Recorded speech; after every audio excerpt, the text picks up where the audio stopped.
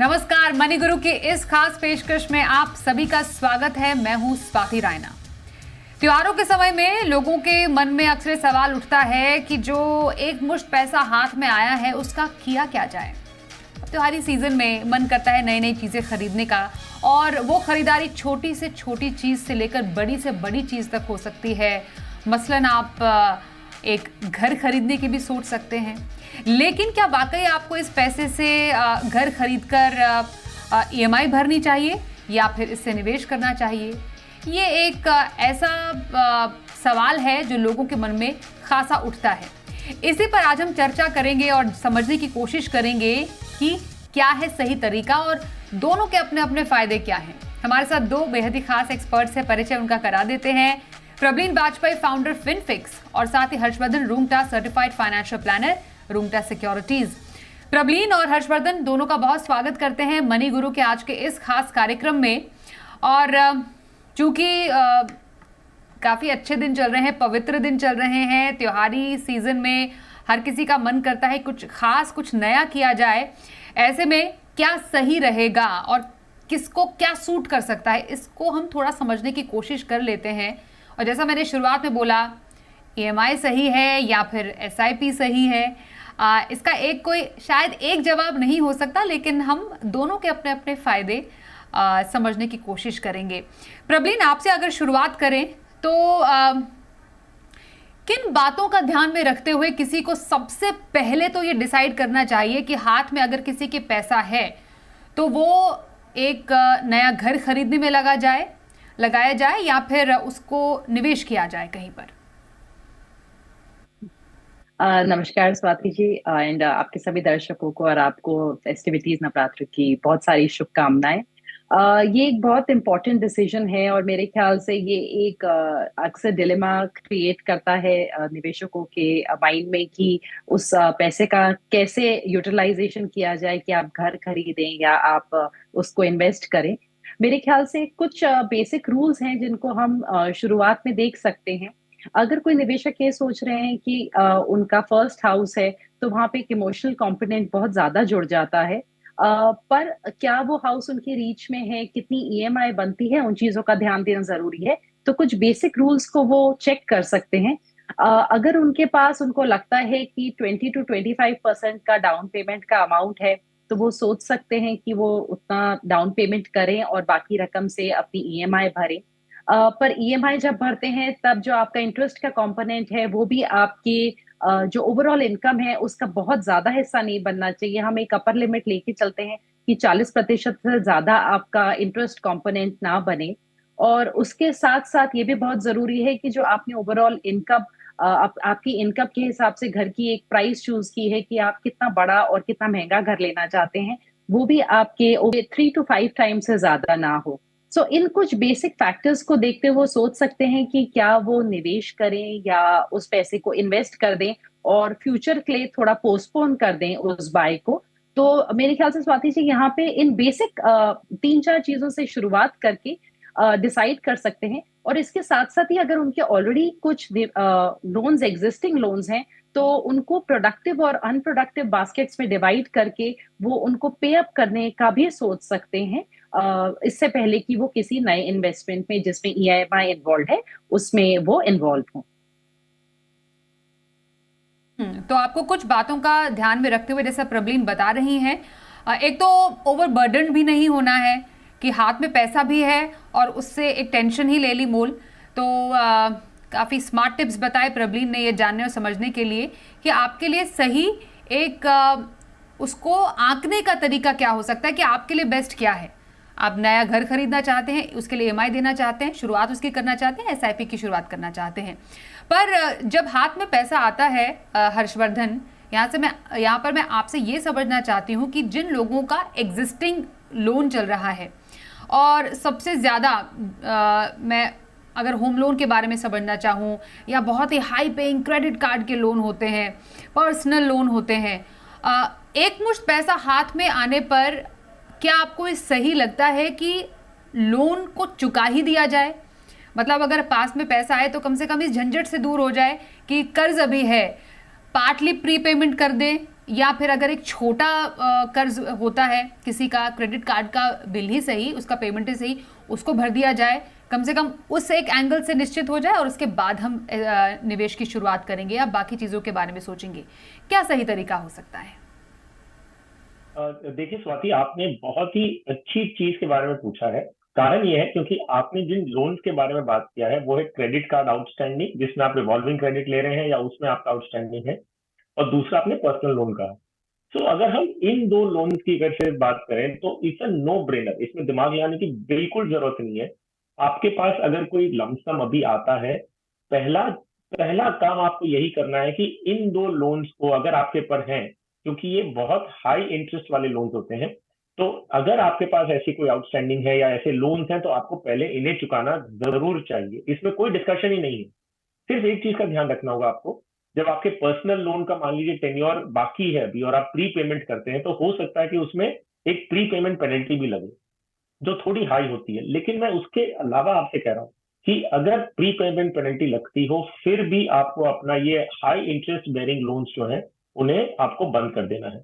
अगर आपके ऊपर, अब ये दूसरा सवाल उठता है कि अगर आपके पास कोई होम लोन है जो अगले 15 साल तक और चलने वाला है और उसकी आउटस्टैंडिंग काफी बड़ी अमाउंट होगी, और आपके पास एक अमाउंट आया है जो आप सोच रहे हैं कि उसे पार्ट प्रीपे करें कि नहीं, तो ये एक डिस्कशन हो सकता है बेस्ड ऑन सेवरल फैक्टर्स। उसमें काफी फैक्टर्स आएंगे जिसमें आपको इसका डिस्कशन करना है। एक है कि आपको वो जो इंटरेस्ट रेट कितना है आपके होम लोन पे, तो क्या आपके पास अपॉर्चुनिटीज है या आपकी रिक्वायरमेंट्स हैं, फाइनेंशियल रिक्वायरमेंट्स जो आप फुलफिल कर सकते हैं लमसम से। दूसरा आपको देखना है कि जो आप इन्वेस्टमेंट, जो आपका ईएमआई जा रहा है और जो सालाना आपका इंटरेस्ट है, उसमें आपको जो टैक्स ब्रेक्स मिल रहे हैं, तो क्या उतने आपको पूरे हो रहे हैं। अगर हो रहे हैं पूरे तो आप शायद उसे कंटिन्यू कर सकते हैं। और होम लोन के टाइम पे मैं क्यों बोल रहा हूँ कंपैरिजन करने के लिए, क्योंकि ईएमआई जब आप भरते हैं ना तो मोटा मोटी आपका जो सारा लिक्विडिटी होता है महीने का, वो मोटा मोटी ईएमआई में चला जाता है। जो आपकी फाइनेंशियल रिक्वायरमेंट होती है लाइफ की, वो फुलफिल करने के लिए आपके पास कॉर्पस शायद या सरप्लस महीने का नहीं बचता हो। तो ये मौका उस समय मिलता है आपको कि जब आपके पास लमसम आ रहा है कि आप थोड़ी फाइनेंशियल नीड्स के लिए पैसे जमा करें। तो सिर्फ जब होम लोन है तब आप इवेल्युएट करेंगे। अगर आपके पास क्रेडिट कार्ड की आउटस्टैंडिंग है या पर्सनल लोन्स है, ये दोनों जो ऐसे लोन्स हैं ये बहुत हाई इंटरेस्ट बेरिंग है। इसमें कोई भी आपको कंपैरिजन करने की जरूरत नहीं है, सीधा जाके वो लोन बंद कर दीजिए। अगर उसमें आपको प्री पेमेंट पेनल्टी लगती है तो भी आप ये लोन पहले बंद करें। ओके, तो आपने कुछ बहुत ही सही तरीके बताए इस बात को समझने के कि आपको कब लोन का प्रीपेमेंट करना चाहिए और कब आपको अलग डिसीजन लेना चाहिए। इस बेसिस पर आप एक सही निर्णय ले सकते हैं। अब प्रबलीन, मैं आपसे एक और स्मार्ट एक कैलकुलेशन समझना चाहती हूँ।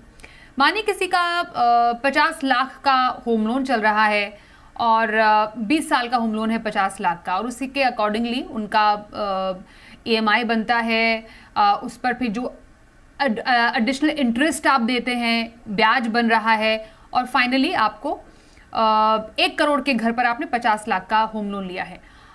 क्या हम ये जो हमारा एडिशनल इंटरेस्ट जाता है किसी एक पूरे लोन के टेन्योर में, उसको क्या हम एसआईपी करके सेट ऑफ कर सकते हैं? अब मैंने जो आपसे सवाल पूछा है, आप अपने जवाब से उसका मतलब जरा दर्शकों को समझाइए कि मैं क्या कहने की कोशिश कर रही हूँ कि अगर आपने जितना भी इंटरेस्ट, एडिशनल इंटरेस्ट पे किया है, क्या हम उसको स्मार्टली इन्वेस्ट करके end of that 20 year tenure उतना ही कमाई भी कर सकते हैं एसआईपी से? कैसे हो सकता है ये? जी जी, बिल्कुल स्वाति जी, आपने बहुत अच्छा एक्चुअली एक माध्यम है निवेशकों के लिए। होम लोन हम सबकी कहीं ना कहीं एक रिक्वायरमेंट रहती है। जो भी इंसान एक रेगुलर कैश फ्लो के थ्रू अर्न कर रहा है वो अपना घर मोस्टली एक होम लोन लेके ही बनाते हैं। और होम लोन की दरें इंडिया में करीबन 7 to 9%, पहले तो 10 से 11% भी रही है, पर अभी हमने जो रिसेंट हाल ही में देखा है अराउंड 7 to 9% का हम इंटरेस्ट रेट उस पर पे करते ही हैं। अगर हम 9% की कैलकुलेशन से चलें तो हमने अगर 50 लाख का लोन लिया है तो जो हम 20 साल में ओवरऑल अमाउंट पे करेंगे वो 1 करोड़ 8 लाख के करीब होगा। और इसमें से करीबन 58 लाख जो है 58 लाख तो आपका इंटरेस्ट होगा। यानी कि 20 साल में जब आप अपना लोन पे कर रहे हैं तो आप जितना अपना असल दे रहे हैं उतना ही, बल्कि उससे थोड़ा सा अधिक आपको इंटरेस्ट देना पड़ता है। और ये एक ऐसा अमाउंट हो जाता है जो बहुत लोगों को डेफिनेटली पिंच होता है, बिकॉज हम अपनी हार्ड अर्न मनी से ये पूरा इंटरेस्ट पे कर रहे हैं इन 20 सालों में। बिल्कुल।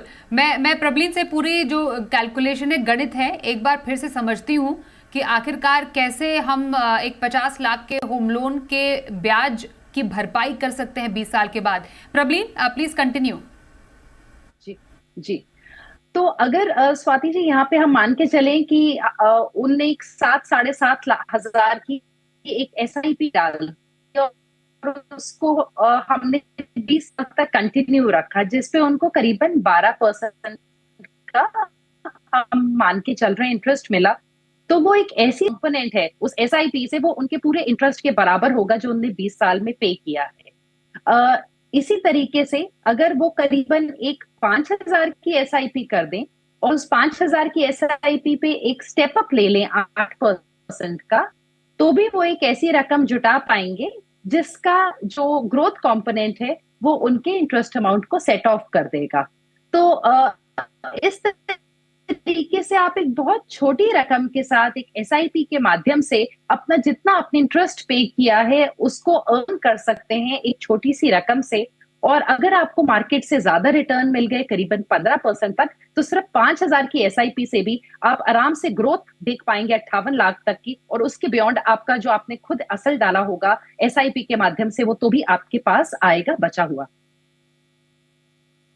तो ये एक बहुत ही स्मार्ट कैलकुलेशन प्रबलीन आपकी तरफ से की गई है कि जो आप 58 लाख का एक ब्याज भुगतान कर रहे हैं लगभग 1 करोड़ के होम लोन पर, वही अगर आप साथ के साथ एक SIP भी करते हैं, मिनिमम 5,000 की कीजिए, उसके बाद उसको सालाना स्टेप अप करते जाइए 8 से 10%, या फिर आप लगभग 7,000 से ऊपर तक की SIP भी कर रहे हैं, 7500 या 7700 के SIP कर रहे हैं, टू बी वेरी प्रिसाइज, तो 12% अनुमानित रिटर्न के साथ आप एक्चुअली 20 साल के बाद वही 58 लाख कमा भी रहे हैं जो आपने ब्याज में अपने पूरे होम लोन के टेन्योर में दिया है। ये बेसिकली आपके ऊपर है कि आप इसको कैसे कैलकुलेट करना चाहते हैं और कैसे एक स्मार्ट प्लानिंग करना चाहते हैं, लेकिन ये तरीका जो प्रबलीन ने बताया है ये ट्राई ज़रूर कर सकते हैं। मैं अब हर्षवर्धन आपके पास आऊँगी क्योंकि हम SIP या EMI की बात कर रहे हैं। एक और मैं आपसे कंडीशन समझना चाहती हूँ। जब हाथ में एक मुश्त पैसा है तो कई लोग ये भी सोचना चाहते हैं, एक तो हमने आपसे लोन प्रीपेमेंट की बात की थी कि उस एडिशनल पैसे को SIP में लगा दें, मतलब SIP को ऐड कर दें, या फिर EMI को बढ़ा दें। एक तो हमने प्रीपेमेंट कर दिया लोन का कि हमने एक मुश्त पैसा डाल दिया, या फिर धीरे धीरे EMI को भी बढ़ा दिया जिससे इवेंचुअली आपकी जो लोन है जल्दी खत्म हो जाएगा, या फिर SIP को स्टेप अप करने का सही तरीका हो सकता है उस एक मुश्त पैसे से। स्वाति, इसका मैं कंपैरिजन आपको इंडिविजुअल बेसिस से बताता हूँ। तो ये आपको डिसाइड करना होगा आपकी जरूरतों को देखते हुए। सिंपल सी बात है, मान लीजिए इस दिवाली पे आपको इंक्रीमेंट मिला, या जैसे आप कह रहे हैं कि थोड़े पैसे हमारी इनकम बढ़ जाती है, तो अब आपके सामने थोड़ा एक्स्ट्रा सरप्लस बच गया। अब आपको करना क्या है कि आप EMI बढ़ा दें ताकि आपका लोन जल्दी खत्म हो जाए, या आप अपनी SIP या कोई फाइनेंशियल गोल्स की तरफ जाए। तो देखिए स्वाति, इसका जो पहलू है वो इस तरह से समझना होगा। जब एक इंसान हाउसिंग लोन लेता है, मैंने पहले भी कहा कि एक लार्ज पोर्शन, उनकी जो इनकम का एक बड़ा हिस्सा जो है वो चला जाता है EMI में। तो आप अगर एक ही एसेट की तरफ इतना एक बड़ी अमाउंट डाल रहे हैं तो आपके पास इतना बचता नहीं है कि आप बाकी के जो फाइनेंशियल गोल्स हैं आपके, जो बच्चों की पढ़ाई हो सकती है, रिटायरमेंट है, कोई हॉलीडेज हो सकते हैं, और कुछ और कोई चीजें हैं जो नॉन रियल एस्टेट है। तो ऐसी बहुत सारी जरूरत होती है हमारी लाइफ की जो हम पूरी नहीं कर पाते। अब जब आपके पास मौका मिला है कि आप अपनी इनकम बढ़ी है और आपके पास थोड़ा सरप्लस बढ़ रहा है, तो आपको ये बहुत केयरफुली सोचना है कि क्या मेरे सारे फाइनेंशियल गोल्स पूरे हुए हैं कि नहीं। अगर फाइनेंशियल गोल्स पूरे नहीं हुए हैं तो वो जो इंक्रीमेंट है आपकी इनकम का, वो आपको उन फाइनेंशियल गोल्स को फुलफिल करने के लिए एलोकेट करना चाहिए। अब हम इंडियंस हैं, अब प्रॉब्लम क्या होती है, ये तो प्रैक्टिकल पॉइंट ऑफ व्यू मैंने बता दिया। अब प्रॉब्लम क्या है, हम इंडियंस हैं, हमें क्या होता है ना कि लोन हमारे सर पे अच्छा नहीं लगता। तो जैसे हमारी इनकम बढ़ती है या जैसे ही हमारे पास कोई सरप्लस आता है, हम ये सोचने में लग जाते हैं कि पहले हमें वो लोन हमारे सर से हटाना है। तो हम सारा फोकस उसी पे लगाते हैं और लोन जल्द से जल्द खत्म करने की सोचते हैं। लेकिन क्योंकि एक हाउसिंग लोन है, ये एक प्रोडक्टिव एसेट है, ये एक ऐसी एसेट है जो डिप्रिशिएटिंग इन दैट सेंस नहीं है तो आपको थोड़ा प्रैक्टिकली सोचना होगा। कई बार हमें क्लाइंट को काउंसिल करना पड़ता है कि यस आपका लोन है, आपको लोन नहीं चाहिए, लेकिन प्लीज देखिए कि आपकी जो बाकी फाइनेंशियल रिक्वायरमेंट है वो पूरी नहीं हो रही है, तो ये पैसे आपको फाइनेंशियल रिक्वायरमेंट के लिए एलोकेट करना होगा जो आप पहले नहीं कर पा रहे थे। रियल एस्टेट एक ऐसा एसेट है कि एक बड़ा अमाउंट ले लेता है और वो इजीली लिक्विडेटिंग भी नहीं होता, वो पार्शियली लिक्विडेट भी नहीं होता। सो मान लीजिए आपका रियल एस्टेट वैल्यू 1 करोड़ की है, आपको 10 लाख रुपए की जरूरत है फॉर प्रॉब्ली कोई एजुकेशन का, आपके बच्चों की कोई फीस भरनी है। आप एक छोटा सा हिस्सा उस प्रॉपर्टी का नहीं बेच सकते, इजीली लिक्विडेबल नहीं है, यूनिटाइज नहीं कर सकते, तो एक एसेट में आपका ऑलरेडी पैसा लग चुका है। अगर दूसरी पहलू आपकी लाइफ के पूरे फुलफिल नहीं हुए हैं तो प्लीज वो लोन का बर्डन अपने सर पे मत लीजिए। ये मत सोचिए कि लोन कंप्लीट करना, वो दूसरे फाइनेंशियल गोल्स को आप मीट करने के लिए वो इंक्रीमेंटल इनकम या लमसम को यूज कर सकते हैं। बिल्कुल, ये आपने सही से एक्सप्लेन किया दर्शकों को कि सही एक तरीका हो क्या सकता है। प्रबलीन, क्योंकि हम आपसे तमाम कैलकुलेशन समझ रहे हैं, अब इसकी एक मुझे थोड़े सा कट शॉर्ट संक्षिप्त में कैलकुलेशन बताइए। और लोग ये जानना चाहते हैं कि अब बताइए इस फेस्टिव सीजन में घर खरीदें या नहीं खरीदें। और अब एक अच्छा घर किसी को लेना है 3 BHK जैसा 1 करोड़ का घर, तो डेफिनेटली उतना तो अब टियर 1 जो माफ कीजिए मेट्रो शहर है उसमें इससे कम तो मिलता नहीं है। तो क्या आपका रहेगा, अभी घर खरीदें या डिले करने से ज्यादा बेहतर रहेगा?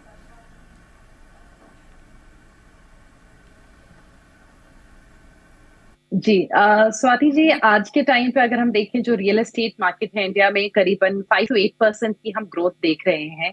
बढ़ जाएगी अगर वो पोस्टपोन करते हैं, बहुत ज्यादा डिपेंड करता है क्या लोकेशन है, क्या सिटी है। पर अगर वो ऐसी जगह रह रहे हैं किराए पे जो ज्यादा कन्वीनियंट है और घर सिर्फ साइकोलॉजिकल बूस्ट के लिए एक तसल्ली के लिए लेना चाहते हैं कि हम एक घर ले रहे हैं, पर वो उनके सारे जैसे हर्ष जी ने मेंशन किया बाकी सारे फाइनेंशियल गोल्स को बहुत ज्यादा स्क्वीज कर देता है, तो पोस्टपोन करने का भी देख सकते हैं। अगर 1 करोड़ की आज प्रॉपर्टी है, करीबन 15 साल बाद अगर 6% का ग्रोथ लें तो करीबन 2.5 करोड़ के करीब होगी, और 8% का अगर हम ग्रोथ लें तो 3 करोड़ 20 लाख के करीब होगी। और ऐसी प्रॉपर्टी अगर लेने के लिए वो 20% का मान लीजिए डाउन पेमेंट करते हैं 20 लाख का, और बाकी ईएमआई उठाते हैं, तो उनकी करीबन 72,000 की ईएमआई बनती है। अब ऐसे कंडीशन में जो डाउन पेमेंट अमाउंट अगर आपका बच रहा है 20 लाख, तो वो 15 साल में ग्रोथ अगर हम उसमें देखेंगे तो 1 करोड़ 9 लाख के करीब बन जाएगा 12% के ग्रोथ पे। और यही अगर स्वाति जी सेम 72,000 की आप ईएमआई कर दें तो वो भी आगे चल के करीबन 3 करोड़ 60 लाख के करीब बन जाएगी 15 साल में। यानी कि एक बहुत साइजेबल अमाउंट आप उस एसआईपी के थ्रू बना सकते हैं और अपने फ्यूचर में अपने ड्रीम घर को ले सकते हैं। पर अगर आप रेंट पे रह रहे हैं तो आपका कुछ रेंट भी चला जाएगा। तो अगर हम 50,000 की भी यहाँ ईएमआई लेके चले तो 50,000 की ईएमआई भी करीबन आपके लिए 2.5 करोड़ बना सकती है। तो जो डिसीजन है वो आप हेस्ट में ना लें, और सिर्फ एक इमोशनल एंगल से नहीं, मुझे लगता है इसको थोड़ा प्रैक्टिकल एंगल से देखें, और अपने बाकी सारे फाइनेंशियल गोल्स को भी ध्यान में रख के, स्पेशली रिटायरमेंट को ध्यान में रख के ही ये डिसीजन लें घर लेने का। हमारे साथ है फिनफिक्स की फाउंडर प्रबलीन बाजपेयी और रूंगटा सिक्योरिटीज से certified financial planner Harshvardhan Rungta. तो कुछ दमदार फंड जिसकी हम चर्चा अब करने वाले हैं शो में, और जानना चाहते हैं कि आखिरकार ये फंड किसी पोर्टफोलियो का हिस्सा क्यों बन सकते हैं। हर्षवर्धन, आपसे शुरुआत करते हैं। आपकी नज़र में ऐसी कौन सी कैटेगरी है जो आपको लगता है कि किसी को पोर्टफोलियो में शामिल करनी ही चाहिए? वैसे स्वाति, मैं कहूंगा कि हर एक इन्वेस्टर को एक जो एलोकेशन है अपना एक लार्ज कैप सेगमेंट में लगाना चाहिए। और लार्ज कैप सेगमेंट में आपके पास इंडेक्स फंड एक ऑप्शन है जिसमें आप अपने पैसे लगा सकते हैं। तो इंडेक्स फंड बेसिकली है क्या? तो आपके पास सेंसेक्स 30 है या निफ्टी 50। एसेंशियली क्या है, देश की जो सबसे बड़ी कंपनियां in terms of market capitalization, वो 30 कंपनीज का एक बास्केट बना हुआ है और वो है सेंसेक्स। अगर निफ्टी की बात करें तो देश की 50 कंपनियां जो सबसे बड़ी in terms of market capitalization, वो एक हिस्सा बनता है निफ्टी 50 का। एज ए रिटेल इन्वेस्टर मैं एक इन्वेस्ट कर रहा हूँ, मुझे फंड मैनेजर की स्किल्स पर भरोसा नहीं करना है, मुझे किसी चीज पर डिपेंड नहीं करना है, मुझे देश का एक जो आर्थिक रिप्रेजेंटेशन, इकोनॉमिक रिप्रेजेंटेशन है वो चाहिए, जो हर सेगमेंट, हर कैटेगरी की कंपनी उसमें आनी चाहिए। तो इंडेक्स एक बहुत ही अच्छा सर्च पैरामीटर है जिसमें रिटेल इन्वेस्टर अपना पैसा लगा सकता है। तो इंडेक्स एक ऑप्शन है लार्ज कैप में जो एक हर एक इन्वेस्टर को अपने पोर्टफोलियो में रखना चाहिए। अब इंडेक्स में आपके पास दो ऑप्शन है। एक है जो जो स्टैंडर्ड प्लेन वैनिला जो निफ्टी 50 इंडेक्स फंड है, उसमें क्या होता है वो मैं आपको एक बहुत ही ब्रीफ में समझाता हूँ। और एक है इक्वल वेट इंडेक्स। अगर हम इसे इन दोनों को समझें, उसमें एक ऑप्शन अवेलेबल है। तो इंडेक्स अगर हम देखते हैं निफ्टी 50, उसमें 50 कंपनियां हैं, लेकिन हर एक कंपनी जो उसमें है उसका एलोकेशन अलग अलग है। फॉर एग्जाम्पल HDFC बैंक अगर हम देखें तो करीबन 13% आसपास का वेटेज है निफ्टी 50 में। TCS का करीबन 4% है और पावर ग्रिड का करीबन 1% रिप्रेजेंटेशन है। तो ये हो गया आपका निफ्टी 50 में जो 3 कंपनी का मैंने एग्जाम्पल लिया। हर एक कंपनी का अलग अलग वेटेज है। अगर हम देखेंगे इन 50 कंपनियों में मुझे इक्वल एलोकेशन चाहिए, तो 2-2% मुझे सब कंपनी में चाहिए। 50 कंपनियां सेम रहेगी लेकिन एलोकेशन चेंज होगा, वो है equal weight index fund. So in this equal weight index fund, जो HDFC का पहले 13% का एलोकेशन था वो 2% हो जाएगा इक्वल वेट में। TCS भी 2% पे आ जाएगा और पावर ग्रिड भी 2%। तो सारी 50 कंपनियां 2-2% का एलोकेशन होगा। इसका एडवांटेज और डिसएडवांटेज है, बहुत ही क्विकली बता दूं आपको। एडवांटेज एक ये है कि जब हमने पास डेटा जो एनालाइज कर रहे हैं उसमें जब देखा तो ये था कि जो जब मार्केट गिरता है तो ये डाउन साइड को, equal weight index fund down side को बेटर प्रोटेक्ट करता है। और जब मार्केट बढ़ता है तो रिस्पॉन्स जो है, जो नंबर ऑफ ईयर्स देखे थे, लगभग इक्वल है, लेकिन ज्यादा फेवरिंग है equal weight index. Risk reward ratio के पहलू से भी अगर देखें, इक्वल वेट इंडेक्स एक इन्वेस्टर अपने पोर्टफोलियो में रख सकते हैं। ओके, और प्रवीण, आपकी नजर में आपके पसंदीदा फंड्स कौन से हैं? कितने फंड्स बताएंगे आप? दो हैं स्वाति जी, और पहला मेरा भी एक इक्वल वेट इंडेक्स ही है जो मेरी चॉइस है। और जैसे हर्ष जी ने बोला, इसके बहुत सारे एडवांटेजेस है। इसका एक छोटा सा और एडवांटेज मैं जो जोड़ना चाहूंगी कि सारे निवेशकों के पोर्टफोलियो में क्योंकि कोई ना कोई फ्लेक्सी कैप होता है, स्मॉल कैप, मिड कैप, जो भी फंड्स होते हैं उनमें हमेशा एक लार्ज कैप एलोकेशन रहता ही है। और यही कुछ 4-5 बहुत बड़ी कंपनियां हैं जो निफ्टी की टॉप अगर कंपोनेंट्स हैं, उन्हीं में सबसे ज्यादा निवेश होता है। तो उसके चलते निफ्टी इक्वल वेट मेरे ख्याल से एक बहुत अच्छा स्प्रेड दे देता है आपको टॉप 50 कंपनीज का। सो मेरी एक चॉइस होगी DSP या किसी और फंड हाउस का निफ्टी 50 इक्वल वेट इंडेक्स। और दूसरी चॉइस है SBI का large and mid cap fund, जो हमें लार्ज कैप के साथ साथ मिड कैप का भी एक्सपोजर देता है। मिनिमम 35% दोनों मार्केट कैप्स में लगाना होता है। और एक क्रेडिबल फंड हाउस है, रोलिंग रिटर्न्स के बेसिस पे अपने बेंचमार्क को बहुत बेहतरीन तरीके से बीट करता रहा है। तो सेकंड चॉइस SBI का large and mid cap fund. Okay, तो large and mid cap fund आपने बताया, ये आपकी पसंद है। वही निफ्टी 50 इक्वल वेट इंडेक्स जो कि हर्षवर्धन और साथ ही साथ प्रबलीन को भी खासा पसंद है। और एक छोटा सा हर्षवर्धन, क्योंकि समय कम है, कोई और फंड आपकी नजर में जो आपको पसंद है? जी हाँ, 2 स्कीम्स और बताऊंगा मैं। ICICI Pru multi cap fund. Basic logic यही है कि आपको मार्केट के हर सेगमेंट में एक्सपोजर मिल रहा है, large, mid and small. So 25% equally तीनों में जाएगा और बाकी का 25% फंड मैनेजर अपना खुद का कॉल लेते हैं। और एक और जो इन्वेस्टर अपने पोर्टफोलियो में लगा सकते हैं ज्योग्राफिकल डाइवर्सिफिकेशन पर्पज के लिए, वो है एक इंटरनेशनल फंड। तो इंटरनेशनल फंड में भी इंडेक्स ही मैंने चूज किया, NASDAQ 100। तो मोतीलाल ओसवाल का NASDAQ 100 फंड ऑफ फंड। तो इस तरह आप Indian market and international market दोनों में एक्सपोजर ले पाएंगे। तो ये एक मिक्स बैग और एक अच्छा डाइवर्सिफाइड पोर्टफोलियो के फंड्स हमारे दोनों ही एक्सपर्ट्स प्रबलीन और हर्षवर्धन ने बताए, जो कि आप अपने पोर्टफोलियो में शानदार और दमदार रिटर्न के लिए शामिल कर सकते हैं। धन्यवाद करेंगे आप दोनों ही खास एक्सपर्ट्स का हमारे साथ इस खास कार्यक्रम में शामिल होने के लिए। रुकेंगे एक ब्रेक के लिए, देखते रहिए जी बिजनेस।